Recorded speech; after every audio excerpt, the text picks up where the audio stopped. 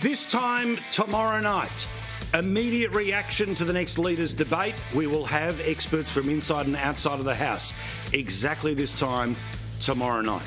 As always, we've got plenty to fire up about this evening, including, of course, a countdown to the election. And right now, we are now looking at, what is it now? Just one more sleep until another election debate, but 18 days until that federal election. 7 days, a week from today, the very first votes will be cast. And tonight, I can start to show you the how to vote forms, which are popping up all over the place. They tell us which way the preferences are going to flow, and I'll explain why preferences, unsurprisingly, mean more than ever before. Now, I've got to be honest, in this one of the most boring elections any of us have ever lived through, today was a particularly boring day because they are preparing their lines, they are rehearsing their zingers, they are filling their heads full of facts because they're doing debate prep at the moment, which meant the most exciting thing the Prime Minister said today, and this is brave stuff, right? He defended Vegemite. I can confirm here today that I am pro-Vegemite. And indeed, I actually put a lot of Vegemite on my toast when I ate bread. I love Vegemite. That's a good thing. I did hear the report on that. It's rather odd that they're letting Marmite in, which is rubbish, frankly. Shut up. Shut up. I've got to just jabber. I know that if I jabber, I'll beat the other guy. Just say Peter Dutton's names 4 times, make a reference to Donald Trump, point at the sign and you're winning. Seriously? Oof, this bloke. He's got more tickets on himself than Taylor Swift sells to a concert because he thinks that he is plain sailing his way through to, another 3 years. And I'll have something to say about that in a moment or two's time. But no new spending today, but that's okay. He's done plenty of spending since January. A $7.2 billion announcement today. $5 million. $10 million. $200 million. $3 billion. $350 million. $2 billion. $37 million. $842 million. $2.4 billion. $8.5 billion. $4.8 billion. $1 billion. $3.4 billion. $2.8 billion. $200 million. $150 million. $1 billion. $245 million. $6 million. $3 million. $10 billion. $24 million. $9 million. $15 million. Dear goodness. As for Peter Dutton, he was out and about today, but again, went behind closed doors pretty quickly. Why? He's doing the debate prep, getting ready for tomorrow. That happens the hour before us tomorrow night. So no matter where you are, you make sure you're here. You should always be here anyway, but be here, 9 o'clock tomorrow night. The best analysis, in-house, out-house, in terms of the people we're talking to, not the quality.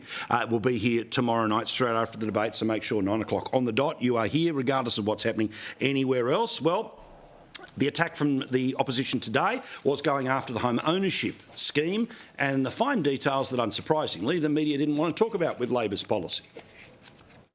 The Prime Minister's out there promising to build 100,000 homes for $100,000. It sounds like something off, one of the ABC skits. It's a joke. It's not going to work. And as Michael pointed out, the signature housing policy of the Albanese government hasn't built one single home. Australians have lost the dream of home ownership under this government. Constant message, do not let the past few weeks distract you from the past few years, because the true cost of holding on to Labor is exactly as it follows. There are 54,000 people who lost their job last month. 1.6 million homes are currently in mortgage stress. 2 out of 3 people can't afford the rent that they are paying. 3 million people are on the verge of homelessness tonight. 3.7 million households will run out of food before the end of this week. A football stadium of businesses have gone bust, from the building sector to the cafe sector and many others in between. Not just meaning that the people who took the risk of owning those businesses, but the people who work for them, all of it goes kaput. You've had to pay the highest supermarket prices ever. You're paying the highest prices ever on alcohol, where 63% of a bottle of Bundy rum is tax. Smoking taxes mean that people are now buying illegal tobacco, and there's a crime wave sweeping the country because of that.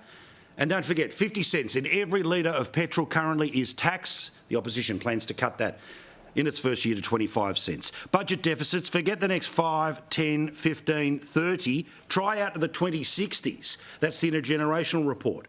not forget, $1.2 trillion worth of debt.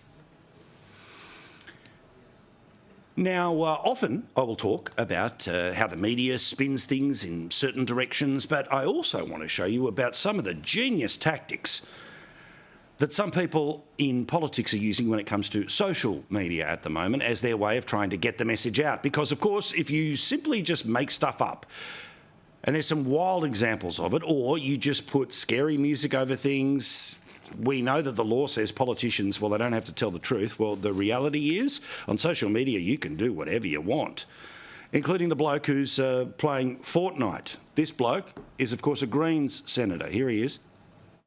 Yes, I'll hit the grid if I win election. How are we going to fund our policies? Thanks for asking. We're going to make big corporations and billionaires pay their fair share of tax. Thick drum gun. Yeah!